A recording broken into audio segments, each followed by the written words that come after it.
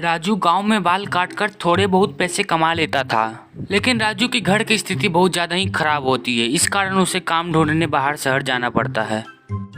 अरे मैं तो पूरे जगह घूम लिया, फिर भी मुझे कोई काम नहीं दे रहा है। पता नहीं मेरा घर कैसे चलेगा। अंत में बहुत ढूंढने के बाद राजू नाई की दुकान पर जाता है। क्या मुझे यहाँ पे कोई काम मिल सकता है? नहीं, मैं तो खुद ही बाल काटता हूँ। तुम्हें अगर काम चाहिए तो यहाँ सफाई का काम कर सकते हो, वो भी फ्री में। इसके बदले में मैं तुम्हें एक भी रुपया नहीं दूंगा, लेकिन बाल काटना सिखाऊंगा। बाल काटना? ये तो मुझे पहले से ही आता है। ये शहर है, तुमने गांव के लोगों के बाल काटे होंगे। तुम भला कैसे जानते हो कि शहर के लोग कैसे बाल कटाते हैं? गांव हो या शहर, दोनों में बाल काटने में क्या अंतर है? आप चाहे तो मैं आपको बाल काट के दिखा भी सकता हूँ। नहीं, बिल्कुल नहीं। अगर तुम्हें सफाई का काम करना है तो करो, नहीं तो भाग जाओ यहाँ से। राजू को नाई की बात सुनकर बहुत बुरा लगता है और राजू वहाँ से चुपचाप चला आता है और एक पेड़ के नीचे कुर्सी और बाकी बाल काटने वाला सारा सामान को खरीदकर छोटा सा दुकान शुरू करता है। बाल काटने का सारा सामान तो ले आया, लेकिन ग्राहक को कैसे बुलाया जाए? भाइयों, बाल कटवाने आ जाओ। इस महंगे शहर में भी गांव के रेट में बाल कटवाओ। राजू की आवाज़ सुनकर एक बूढ़ा व्यक्ति बाल कटवाने चला आता है।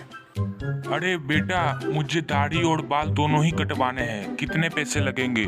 अंकल, आप मेरे पहले कस्टमर हैं, इसलिए मैं आपसे दाढ़ी काटने का 10 रुपया और बाल काटने का 40 रुपया ही लूँगा।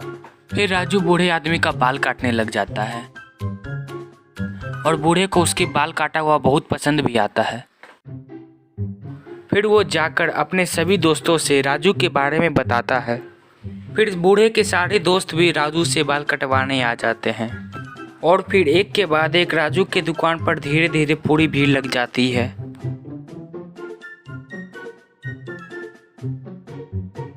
कल का ये गांव का आया हुआ छोरा मेरा तो पूरा का पूरा धंधा ही चौपट करके रख दिया है। अब तो इसका कुछ न कुछ करना ही पड़ेगा। फिर नाई रात होने का इंतजार करता है और रात होते ही राजू के दुकान पर जाकर उसकी कुर्सी को तोड़ देता है। फिर अगले दिन सुबह जब राजू अपने दुकान पर जाता है तो वो देखता है कि उसके दुकान का किसी ने बुरा हाल कर दिया है। राजू पास में रखी हुई पत्थर को उठाकर अपने कुर्सी की जगह पर रख देता है। तभी एक बच्चा आ जाता है। अंकल अंकल, मुझे बाल कटवाने हैं। आज तो कुर्सी नहीं है, तुम्हें इस पत्थर पर ही बैठकर बाल कटवाना पड़ेगा।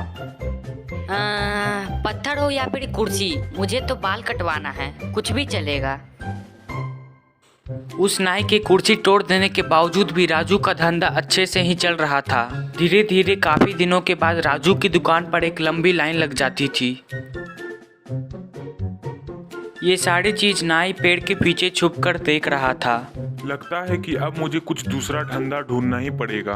एक गांव के लड़के ने आकर मेरा पूरा का पूरा धंधा ही चौपट कर दिया।